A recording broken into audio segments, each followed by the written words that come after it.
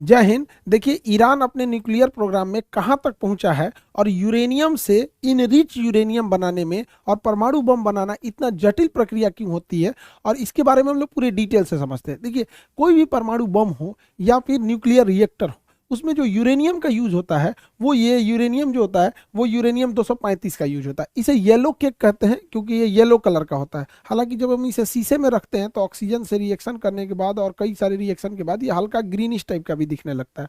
Uranium को हम लोग आशा का धातु कहते हैं, आशा का धातु। और कई बार एग्जाम में जब ये पूछता है भविष्य का ईंधन, तो कंफ्यूज मत हो जाइएगा लोग, भविष्य का ईंधन हाइड्रोजन होता है। भविष्य का ईंधन हम लोग हाइड्रोजन को बोलते हैं, हाइड्रोजन को। और आशा का धातु का कर कहेगा तो यूरेनियम होगा। येलो केक भी होगा तो यूरेनियम। दुनिया का सबसे महंगा पदार्थ यूरेनियम है। हालांकि इसकी प्राइस का कभी कोई डिस्क्लोज किया नहीं इंटरनेशनल मार्केट में, हालांकि दुनिया का सबसे महंगा पदार्थ है। अब ये यूरेनियम इतना महंगा है क्यों? क्योंकि देखिए, यूरेनियम जो नेचुरल यूरेनियम मिलता है वो यूरेनियम 238 होता है, ये किसी काम का नहीं है। यूरेनियम 238 नेचुरल में मिलता है, वो 99.7% होता है, यानी लगभग जितना भी यूरेनियम हमें मिल रहा है वो हमारे किसी काम का नहीं है। यूरेनियम 99.3 होता है, 7 लिख दिए 3। अब ये जो हमें हमें जो प्राप्त करना है यूरेनियम 235 चाहिए। अब ये यूरेनियम 235 कितना चाहिए, कितना है प्रकृति में? 0.7%। यानी हमें 100 केजी यूरेनियम मिलेगा ना, तो उसमें केवल 700 ग्राम हमें काम लायक यूरेनियम मिलने वाला है। ऐसे अगर परसेंटेज नहीं समझ में आ रहा है तब यहाँ पर, तो 100 केजी में 700 ग्राम कितना अजीब हो जाएगा यहाँ पर। तो और दूसरी क्या है ना, दोनों मिक्स होता है। यूरेनियम 235 और यूरेनियम 238 दोनों मिक्स होता है। हमें 238 का काम नहीं है, हमें काम है 235 का। अब इसी को इम्प्रूव कर दिया जाता है और 235 को जब एक्सट्रैक्ट करके बाहर निकालते हैं तो उसी के यूज करके हम परमाणु बम बनाते हैं। यही शकल है परमाणु बम की। या फिर उसको बिजली घर में बना के उससे बिजली बनाते हैं यहाँ पर। अब इसको कैसे हम लोग लाते हैं इसे समझते हैं। हम जो यूरेनियम मिला है हमें, उसमें 235 भी है और 238 भी है। 235 और 238 दोनों है। इन दोनों ही यूरेनियम को एक सेंट्रीफ्यूल नामक डिवाइस में डालकर, सेंट्रीफ्यूजल नाम के डिवाइस में डाल के गोल गोल घुमाया जाता है। अब जैसे दही में हम लोग ऐसे मथनी डाल के गोल गोल घुमाते हैं, मक्खन अलग हो जाता है, दही मलाई अलग हो जाता है, सेम वही चीज होता है जिसे हम अपकेंद्र बल या सेंट्रीफ्यूगल कहते हैं। तो इसके जो सेंट्रीफ्यूज होते हैं उसी में इसको गोल गोल घुमाया जाता है। इस गोल गोल घुमाने से फायदा ये होता है कि यूरेनियम 238 साइड में हो जाता है। यूरेनियम 238 जो है ये साइड में आ जाता है, और हमें जो जरूरत होती है यूरेनियम 235 की, ये यूरेनियम 235 बीच में चला जाता है और हम इस बीच वाले से निकाल लेते हैं। इन दोनों में आपस में दोबारा ना मिले और आसानी हो इसे हटाने के लिए, इसलिए इसमें यूरेनियम हेक्साफ्लोराइड नाम की गैस को अंदर डाल के उसके बाद इसे घुमाया जाता है। इसकी फिक्स स्पीड होती है कि इतने स्पीड पे घुमाएंगे तो एक्सट्रैक्ट अच्छे से होगा, और अगर स्पीड कम और ज्यादा होगी तो इसमें बहुत प्रॉब्लम आ जाएगा। ईरान ने भी ऐसे ही न्यूक्लियर प्रोजेक्ट बनाए थे, लेकिन उसके इस सेंट्रीफ्यूल के कंप्यूटर को इसराइल ने हैक कर लिया। जो कंप्यूटर इसे गोल गोल घुमा रहा था उसी को हैक कर लिया। अब वो स्पीड कभी बढ़ा देता था, कभी घटा देता था, कभी बढ़ा दिया कभी घटा दिया। तो उसे जो यूरेनियम 238 से यूरेनियम 238 से यूरेनियम 235, यूरेनियम 235 ये जो मिलना चाहिए ये उतनी अच्छी क्वालिटी का नहीं मिला। इसराइल कितना समझदार, कितना साफ दिमाग है उसका, उसने कहा कि अगर ब्लास्ट करेंगे तो सोच रहा है दोबारा बना लेगा। उससे ऐसा ना बनाते हैं कि कामे लायक ना रहे, उतना तगड़ा विस्फोट ना हो सके। तो ये इसराइल ने किया था, सेंट्रीफ्यूल की स्पीड को कभी बढ़ाता था कभी घटा देता था, कितना ऐसा करता था कि प्योरिटी ही उसमें नहीं रह पाती थी। तो इसराइल का प्रोग्राम जो ईरान के बेसिकली प्रोग्राम को रोकने के लिए ये सारी चीजें की गई थी। अब जो यूरेनियम हमें 235 मिलेगा, यूरेनियम 235, अब ये यूरेनियम 235 को और भी प्यूरिफाई किया जाएगा। तो पहले तो 238 से हमें ले आना है 235, यूरेनियम 238 से हमें बनाना है 235। अब जब 235 मिल गया, अब इसे और प्योर किया जाएगा। अगर 5% इंक्रीज करेंगे, 5% प्योरिटी लाएंगे, इनरिच करके, इनरिच बोला जाता है उसे, प्योर नहीं बोल के इनरिच कहेंगे यहाँ पे, तो उससे हम परमाणु बिजली घर बना सकते हैं। लेकिन अगर इसे 90% तक इनरिच कर देंगे तो जाके परमाणु बम बनेगा। यानी जो बिजली घर वाला यूरेनियम है वो यूरेनियम से हम परमाणु बम में डालेंगे तो उतना तगड़ा झटका नहीं देगा, उसे और शुद्धता की जरूरत है। लेकिन दोनों में ही यूरेनियम 235 का ही यूज होता है, 38 का यूज नहीं होता है। यूरेनियम 235 को साफ करके जब इनरिच करके ले आते हैं तो इस तरह से उसे बंडल बना के रख लेते हैं यूरेनियम को। अब समझिए 1 केजी यूरेनियम 235 में, 238 में नहीं भैया, 1 केजी यूरेनियम 235 27 लाख केजी कोयला के बराबर ऊर्जा देता है। यानी कहीं पर 27 लाख कोयला जला दीजिए, 27 लाख केजी कोयला जला दीजिए, जितना आग लगाएगा, जितना तबाही मचाएगा, जितना त्रहिमाम त्रहिमाम कर देगा, उतना ये अकेला 1 केजी कर देगा यहाँ पे। इसलिए दुनिया का सबसे महंगा पदार्थ होता है यूरेनियम। अब कहते हैं लोग परमाणु बम इतना खतरनाक क्यों होता है? अरे भैया 27 लाख केजी कोयला के बराबर एनर्जी है। आप अपने ही जिला में 27 लाख केजी कोयला छींट दीजिए और उसमें माचिस मार दीजिए, देखिए आपका शहर उड़ा देगा पूरी तरह से। वही तो काम ये कर रहा है, बस उसमें कम ही मात्रा में उतना है स्टोर है एनर्जी यहाँ पर, इसलिए ये इतना महंगा बिकता है यूरेनियम। हालांकि कोई इसका रेट अभी तक नहीं खोला है। अब इसी यूरेनियम को रख के भड़का दिया जाता है, ब्लास्ट करता है, तो इसमें से इतनी हाई मात्रा में ऊर्जा निकलती है, इतनी ज़्यादा कि इंसान वेपराइज हो जाता है, भाप बन जाता है, इंसान भाप बन जाता है।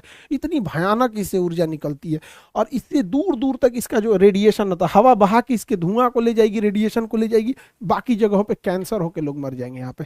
इससे रेडिएशन से बचने के लिए पोटेशियम आयोडाइड की गोली खाई जाती है। हालांकि क्वेश्चन पूछा था कि कौन से जानवर पे रेडिएशन का असर नहीं पड़ेगा जिसकी त्वचा काइटिन की बनी होती है, जैसे कॉकरोच। कॉकरोच के अगर मान के चलिए इसी मोहल्ले में परमाणु बम गिरा तो इस मोहल्ला का मर जाएगा, लेकिन अगर 10-15 किलोमीटर दूर गिरा है, हम लोग अगर देख भी लेंगे ना तो उसके रेडिएशन से हम मर जाएंगे, लेकिन कॉकरोच नहीं मरेगा यहाँ पर। ठीक है, अब परमाणु बम को, ये शकल है परमाणु बम का, इसको जमीन पे फोड़ेंगे तो उतना खतरनाक नहीं होता है, क्योंकि जैसे जमीन पे फोड़ेंगे ना, इससे निकलने वाली हानिकारक गैस, इससे निकलते सबसे ज्यादा क्या होता है, प्रॉब्लम क्या आता है परमाणु बम फटता है तो यहाँ पर इसमें सबसे बड़ा जो प्रॉब्लम आ जाता है, इससे एक्सरे निकलने लगता है।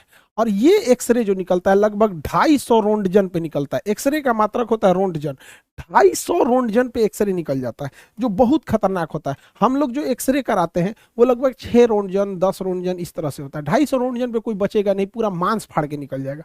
और इसके बाद इसमें से गामा रेज निकलती है, गामा रेज। अब ये गामा रेज जो होती है ये इतनी घातक होती है कि हमारी कोशिकाओं को मारने के लिए गामा रेज का यूज किया जाता है। बहुत हल्की मात्रा के गामा रेज का यूज जिस एरिया में कैंसर होता है उसे मारने के लिए किया जाता है कि कैंसर मर जाए, लेकिन इतना हाई पावर का इसमें से गामा रेज निकलता है कि पूरी शरीर मर जाती है यहाँ पे। तो ये 2 ही खतरनाक रेडिएशन होती है। और सबसे ताज्जुब की बात यह है कि ना हम लोग गामा रेज को देख सकते हैं, गामा रे भी हमें नहीं दिखाई दे सकता है और ना ही हमें एक्सरे दिखाई दे सकता है, तो हमें दिखेगा ही नहीं, अचानक आर पार होकर मर जाएगा आदमी यहाँ पे। यही खतरनाक, जैसे कोरोना कहाँ हम लोग को दिखता था, अचानक किसी को हुआ कोरोना मर गया यहाँ पे, तो वही होता है यहाँ पे। अगर गामा रेज लग गया तो पता ही नहीं चलेगा वो क्या हो गया, 10-15 दिन बाद 1 हफ्ता बाद आदमी मर जाता है। तो परमाणु बम एक तरह का विस्फोटक घातक नहीं होकर यह एक प्रकार का प्रदूषण है, जिसे नाभिकीय आपतन कहते हैं, न्यूक्लियर फॉलआउट कहते हैं। इस जमीन पे अगर पटका गया तो इसके जितने रेडिएशन है हानिकारक, उसी मोहल्ले में घर द्वार गली कुची में भस जाएगा और दूर तक खतरनाक इसका असर नहीं जाएगा। इसलिए जब भी परमाणु बम को ड्रॉप किया जाता है तो इसमें एक डेटोनेटर लगाया जाता है और वो डेटोनेटर हाइट को नापते रहता है, बैरोमीटर से सेट रहता है कि जब वो 600 मीटर की ऊंचाई पर शेष रहता है तो इसी ऊंचाई पे ब्लास्ट किया जाता है। कभी भी जमीन पे ले आके परमाणु बम को नहीं ब्लास्ट किया जाता है। तो जापान और हिरोशिमा पे भी जो गिरा था वो 600 मीटर के हाइट पे गिरा था ताकि मैक्सिमम तबाही हो सके और उसका रेडिएशन पूरे चारों ओर फैल जाए और इसका असर 30,000 साल तक रहता है। ये नहीं कि आज परमाणु बम फूट गया तो कोई दिक्कत नहीं, इसका असर रहेगा 30,000 साल तक। बहुत बुरा असर रहता है, उस एरिया के जीन जेनेटिक्स सारी चीज़ों को चेंज कर देता है। अब इसी को बनाने में लगा हुआ है ईरान। अब इंटरनल खबर है कि ईरान ये बना चुका है। जैसे भारत भी परमाणु बम बहुत पहले बना लिया था, लेकिन उचित समय नहीं आ रहा था परीक्षण करने की, पॉलिटिकल क्लियरेंस नहीं मिल रही थी। अटल बिहारी वाजपेयी के समय तो पूरी तरह से पॉलिटिकल क्लियरेंस मिल गया। उसी तरह ईरान लगभग बना चुका है और इसके बनाने में हेल्प किया है तो रूस ने हेल्प किया है, क्योंकि रूस को पता है कि अगर ईरान चला गया तो फिर रूस के लिए खुला समर्थन करने वाला कोई देश नहीं आएगा, क्योंकि भारत बैलेंस करके चलता है, चीन को दुनिया से मतलब ही नहीं है। तो ईरान और ये बैलेंस इसको रखना जरूरी है। अब ये ईरान अगर परमाणु बम बना भी लिया है तो उसका सबसे बड़ा दुश्मन इजराइल है। अब इजराइल के पास आयरन डोम है, अगर ये मिसाइल में भर के मारेगा भी तो इजराइल मार के गिरा देगा। तो इजराइल की एक कमजोरी, वो हाइपरसोनिक मिसाइलों को नहीं मार पाता है। हाइपरसोनिक मिसाइलें बहुत तेज गति से चलती हैं, उसे मार नहीं पाता है। तो रूस ने हाइपरसोनिक मिसाइल भी थमा दिया है ईरान को। अब ईरान कैसे कंफर्म करे कि वो हाइपरसोनिक मिसाइल सही में काम कर रहा है कि नहीं, या फिर इजराइल पे मारा और इजराइल उसे काउंटर कर पा रहा है कि नहीं। तो ईरान ने क्या किया, वही हाइपरसोनिक मिसाइल थमा दिया यमन के हूती विद्रोहियों के पास, और यमन के हूती विद्रोहियों ने यहां से चला दिया हाइपरसोनिक मिसाइल इजराइल पे, और इजराइल पे जाके गिर भी गया। अब समझो, उस मिसाइल में खतरनाक विस्फोटक नहीं है, तब ना इजराइल बच जा रहा है।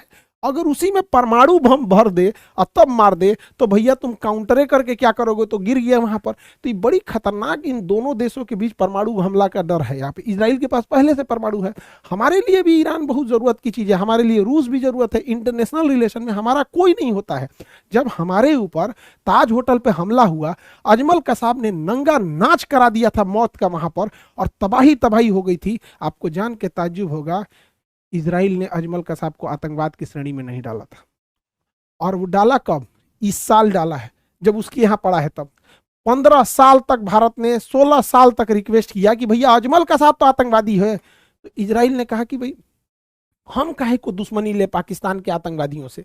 तो इंटरनेशनल रिलेशन में ये मायने नहीं रखता है ना कि सामने वाला क्या है, हमारा इंटरेस्ट क्या है, ये मायने रखता है। अब जान के ताज्जुब होगा, पूरी दुनिया अजमल कसाब को आतंकवादी मान रही थी, इजराइल नहीं मान रहा था, अभी माना है वहां पर। तो भारत भी हमास को, हिजबुल्ला को नहीं आतंकवादी संगठन में रखता है। भाई तुम हमारे लिए खड़े रहोगे तब तो हम तुम्हारे लिए खड़े रहेंगे। इंटरनेशनल रिलेशन में हमेशा याद रखिएगा, ना कोई हमारा परमानेंट दोस्त, ना हमारा कोई परमानेंट दुश्मन।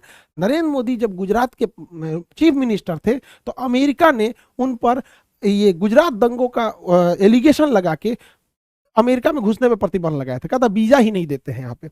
और जब प्रधानमंत्री बन गए तो यही अमेरिका पिज्जा खिला रहा है, ट्रंप बोला के हाउडी मोदी और नमस्ते ट्रंप हो रहा है। तो इंटरनेशनल रिलेशन में कभी भी गांठ नहीं बांधा जाता कि मेरा परमानेंट दोस्त है, परमानेंट दुश्मन है। ईरान का सबसे अच्छा अगर कोई दोस्त था तो खोमैनी से पहले इजराइल ही दोस्त था उसका सबसे अच्छा। ईरान का सबसे अच्छा कोई दोस्त था तो अमेरिका था उसका दोस्त, जब तक कि खोमैनी की सरकार नहीं आई थी यहाँ पर। 67 के दशक की बात है, तो 67 बीते 50 साल पहले की बात है। तो अब आप हाल आजकल इंटरनेशनल रिलेशन 2 साल का इंटरनेशनल रिलेशन देख लेंगे तो उससे नीतियां बनती और बिगड़ती नहीं। 50 साल का एक लंबा अनुभव देखना पड़ता है, तब जाके नीतियां बनती है। हमारे लिए ईरान ज्यादा जरूरी है, रूस भी जरूरी है। अब ईरान रूस को क्या दे रहा है, ईरान सस्ते मात्रा में रूस को ड्रोन प्रोवाइड करा दे रहा है और बैलिस्टिक मिसाइल दे रहा है, क्योंकि ईरान के इंजीनियर एकदम सस्ता में मिसाइल बना लेते हैं, ड्रोन बना लेते हैं। अब ये ड्रोन से बौछार कर दे रहा है यूक्रेन में। तो इजराइल, रूस को भी फायदा है ईरान से, ईरान को भी फायदा है रूस से। अब यहाँ ईरान के हथियार को यूज कर रहा है ये यूक्रेन के खिलाफ, और ईरान रूस के द्वारा दिए गए हथियार को ईरान यूज कर रहा है इजराइल के खिलाफ। तो दोनों में म्यूचुअल दोस्ती है यहाँ पर। हालांकि अगर देखेंगे इजराइल को तो इजराइल बहुत ताकतवर है और उसकी खुफिया एजेंसी एकदम बेरहम की तरह मारती है। इजराइल अपने दुश्मनों के साथ कोई मर्सी नहीं करता है, और ये हकीकत है। इजराइल अगर कमजोर पड़ेगा तो इजराइल का कोई इंसान जिंदा नहीं रह सकता है। इजराइल को जिंदा रहने के लिए ऑक्सीजन नहीं, युद्ध करना पड़ता है, वरना अरब देश उसे छोड़ेंगे नहीं। ये हकीकत है। यहाँ पर अरब देशों ने पिछले साल जो 7 अक्टूबर को घटना हुई, तुम हमला करो, इजराइल की सेना से लड़ो, पूरी सेना को मारो, कुछ भी करो, इससे कोई बहस नहीं पड़ती है।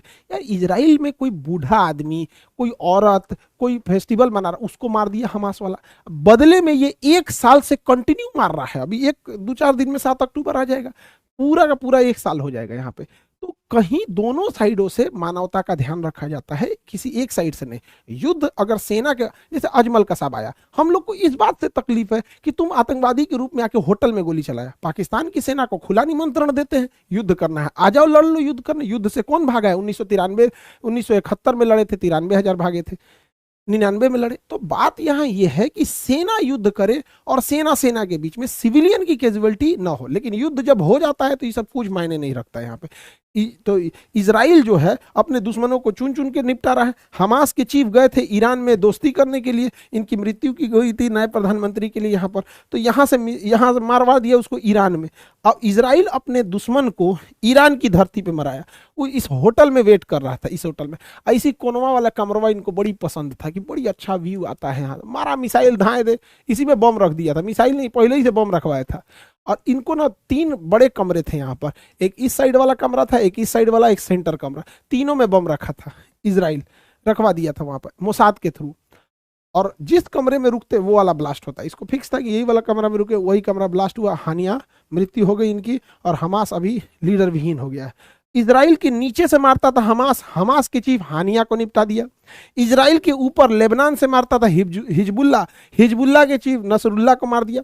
नसरुल्ला मरा नहीं रहता, नसरुल्ला जो है ये नहीं मरा रहता, ये बंकर के अंदर था। तो एक मिसाइल मारी जाती है, वो डबल लेयर में फटती है, पहले बंकर में जाती है फिर फट जाती है। इसमें भी नसरुल्ला जो था बच गया था, लेकिन इजराइल ने अपने दुश्मन को मारने के लिए मिसाइल के अंदर जहरीली गैस भर दिया था, और उस जहरीली गैस के चपेट में आने से वहां मृत्यु हो गई। यहाँ पे ये काम तो इजराइल ने बहुत खतरनाक किया, लेकिन अगर यही टेक्नोलॉजी जहरीली गैस वाली आतंकवादियों के हाथ में लगी तो जो बम ब्लास्ट करते हैं सब, अब उस ससुरा उसमें जहर मिला के मारे सब, तो ब्लास्ट में तो डायरेक्ट जो चपेट में आएगा रेंज में वो जाएगा। अभी ससुरा ऐसा हानिकारक जहर और डाल के इसे ब्लास्ट करने लगे सब।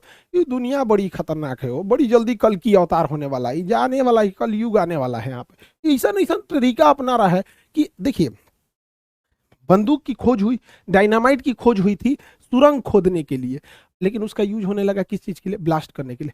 भाई अब आगे ये सब अपना लड़ते रहे सब, हम लोग भैया वसुधैव कुटुंबकम, सब लोग यहाँ पे। ईरान इजराइल अपने दुश्मन को तो निपटा ही रहा है, नीचे निपटा दिया हमास को, ऊपर निपटा दिया हिजबुल्ला को, अभी मिसाइल मारा यमन के हूती विद्रोहियों के। तो अभी ये कई सारी चीजें हैं। तो अभी इस वीडियो का मेन उद्देश्य जो है वो ईरान के परमाणु कार्यक्रम को समझना है। अभी हम लोग नेक्स्ट वीडियो में भले समझेंगे लोग कि एक्सिस ऑफ रेसिस्टेंस क्या था, और कहां कहां से ईरान अपने जो प्रॉक्सी वार क्या होता है, कैसे कैसे प्लान करता है, हूती कहां से आए, सब ये सब को हम लोग अलग समझेंगे। अभी यहां समझते हैं। अब देखिए, ये रूस जो है और ईरान, ये दोनों आपस में साथ आ गए हैं सब। इधर में क्या है? इजराइल, यूक्रेन और पूरा नाटो एक साथ आ गया है। अब ये बड़ी सख्ती दिक्कत हो जाएगा, एक सेंटर में डिस्प्यूट हो जाएगा, तो क्योंकि हमारा रिलेशन इन सब के साथ है, यहाँ पर रिलेशन सबके साथ है। हमारे लिए जरूरी है कि ईरान जो है वो स्टेबल रहे। समझिए कैसे हमारे लिए जरूरी ईरान क्यों है? क्योंकि भारत है, हम अपने पूर्वी देशों को गंवा दिए हैं। अभी बांग्लादेश में क्या हुआ आप देखें, बांग्लादेश खत्म, शेख हसीना। नेपाल हमको बिना मतलब का आंख दिखा रहा है, नक्शा में दिखा दिया कि भारत की जमीन हमारी है, और नोट पे दिखा रहा है क्योंकि चाइना फंडिंग कर रहे हैं यहाँ पर। श्रीलंका में क्या हुआ देखे, भारत को भगाया गया यहाँ पे। मालदीव हम लोग को बर्बाद करने के चक्कर में अपने बर्बाद हो गया। अल्टीमेटली रिलेशन खराब हुआ कि नहीं हुआ? पाकिस्तान से तो जन्मजात दुश्मनी है, यहाँ से तो कभी सुधर नहीं सकता है। अब म्यांमार में तख्ता पलट हो गया है, क्योंकि म्यांमार की जो प्रधानमंत्री थी आंग सान सू की, वो भारत के फेवर में थी, उनको तख्ता पलट करके भगा दिया। बांग्लादेश की प्रधानमंत्री शेख हसीना, उनका तख्ता पलट करके भगा दिया। रीजन जानते हैं क्या? भारत एक सड़क बना रहा था, यहाँ से लेके कोलकाता से होते हुए और ये सिंगापुर तक सड़क जा रही थी। कितना डेवलप हो जाता ये हमारा पूर्वोत्तर भारत। हम भारतीय अपने पूर्वोत्तर भारत के राज्यों के साथ सौतेला व्यवहार किए हैं। हद तो तब हो जाता है जब उन्हें कई लोग चाइनीज बुलाने लगता है, जबकि वो लोग हमारे अभिन्न अंग हैं। उन्होंने ओलंपिक्स में हमारे लिए मेडल लाए हैं, आज भी वो हमारे लिए सिक्योरिटी के हिसाब से बहुत जरूरी है। तो ये सड़क बन जाती तो डेवलप होता, लेकिन वहां क्या हुआ, तख्ता पलट करके बंद हो गया। अब देखो हम लोगों के लिए चाइना यहां से एक सड़क लेके आ रहा है, सीपीईसी सड़क, और यहां पे उसने बना दिया है ग्वादर बंदरगाह। अब यहां से चाइना की एक्सेस हो गई है। पहले चाइना को डर लगता था कि चाइना को इधर से जाना था, अब वो इधर से जाएगा ही क्यों, यहां से अरब देशों से व्यापार करेगा, यहां से घुस जाएगा। तो इसको काउंटर करने के लिए हम लोग ने ईरान का चाबहार बंदरगाह लिए हैं। अब ईरान का चाबहार बंदरगाह लिए, इसी बंदरगाह से हम रेल लाइन लेके अफगानिस्तान में पहुंच सकते हैं, ताकि पाकिस्तान को काउंटर किया जा सके इस सड़क को। और हमने अपने एयरफोर्स का एक फारखोर एयरबेस रखा है तजाकिस्तान में, और यहीं तजाकिस्तान में हम अपने एयरबेस पे पहुंचने के लिए यही रास्ता है। इसलिए ईरान का स्टेबल रहना जरूरी है। इसी ईरान के रास्ते से हम लोग ऊपर की ओर रसिया जा सकते हैं, और यहां से हम लोग इस डायरेक्शन में जा सकते हैं। यहाँ पे तो हमें सस्ते मात्रा में तेल देता है पेट्रोलियम ईरान, और ईरान हमारे रुपया को भी एक्सेप्ट कर लेता है। अब अमेरिका का अगर इंटरवेंशन इधर हो जाएगा, इजराइल का हो जाएगा, तो सोचिए क्या होगा। वही हाल होगा जो सीरिया तबाह हो गया, इराक तबाह हो गया, अफगानिस्तान तबाह हो गया। हमने अरबों खरबों रुपया अफगानिस्तान में लगाए, अमेरिका यहाँ से छोड़ के गया, आतंकवादी भर गए सब यहाँ पे। आज इराक में कोई नहीं जा रहा है। तो हमारे लिए ये रास्ते हैं, हालांकि हम लोग ने एक अल्टरनेटिव रूट निकाला है, लेकिन अभी ये नया नया है, कोई रूट अभी तो बना भी नहीं है, ये रूट बनते बनते टाइम लगेगा यहाँ पर। तो हमें दूसरे की लड़ाई में हमें अपने इंटरेस्ट को ज़्यादा ध्यान देना है। यही इंटरनेशनल रिलेशन का मुख्य उद्देश्य होता है कि हमें अपना रिलेशन, हमारा नेशनल इंटरेस्ट कहाँ जा रहा है, क्योंकि अगर मरेगा तो ईरान गया तो हमारे लिए पेट्रोलियम की रेट सर पर चढ़ जाएंगी यहाँ पर। हालिया की इन सभी घटनाओं को आप लोग को मेंस के पेपर में भी लिखने के लिए जरूरी हो जाएगा, क्योंकि इंटरनेशनल रिलेशन या करंट के टॉपिक में पूछेगा। अभी 70वीं बीपीएससी की एग्जाम के लिए आप तैयारी कर रहे हैं, यूपीएससी न्यू बैच के लिए आप सब लोग इनरोल होइएगा मिनिमम फीस में, और इंडिया के सबसे बेस्ट फैकल्टी के साथ स्टार्ट कर रहे हैं हम लोग यूपीएससी। और जिसका वेट कर रहे थे आप लोग, राजस्थान एडमिनिस्ट्रेटिव सर्विस आरएएस की बैच भी ऑनलाइन स्टार्ट हो गए हैं। बहुत जल्दी हम लोग आरएएस को ऑफलाइन जयपुर में भी स्टार्ट करेंगे। अब यूपीपीएससी में क्या दिक्कत था कि प्रयागराज के बच्चों का कहना था सर हिंदी मीडियम तो स्टार्ट कर दिए, प्रयागराज में इंग्लिश मीडियम भी स्टार्ट कर दिए। तो आप लोग के लिए प्रयागराज में इंग्लिश मीडियम भी स्टार्ट हो गया है। और जो बीपीएससी के बच्चे हैं जिनका 70वीं बीपीएससी एग्जाम देना है, उनके लिए जो ओपन टेस्ट किया गया है इस बार, हर जिले में अलग अलग जिले में रखा गया है। तो आप देखिए इतने सेंटर्स बनाए गए हैं यहाँ पर, अलग अलग सेंटर है, सिवान, छपरा, सारण, आरा, सारण, ये अलग अलग सेंटर है। आप इस सेंटर पे जा सकते हैं एग्जाम देने के लिए। एग्जैक्ट जैसे बिहार पीसीएस एग्जाम लेती है बीपीएससी, एग्जैक्ट अलग अलग सेंटर पे हम लोग भेज के एग्जाम देंगे। आप अपने चॉइस का सेंटर ले लेंगे, ऑनलाइन रजिस्ट्रेशन फॉर्म भर दीजिए ताकि हम लोग को भी सीट वहां अलॉट करने में और सिक्योरिटी मेंटेन करने में आसानी हो। आई होप आप ये पूरा टॉपिक समझे होंगे कि परमाणु बम कैसे काम करता है और क्या इंटरनेशनल रिलेशन है। अगले वीडियो में हम समझाएंगे कि इजराइल क्या ईरान पे हमला करेगा और ये प्रॉक्सी वार क्या होता है और एक्सेस ऑफ रेसिस्टेंस क्या होता है। तब तक के लिए जय हिंद।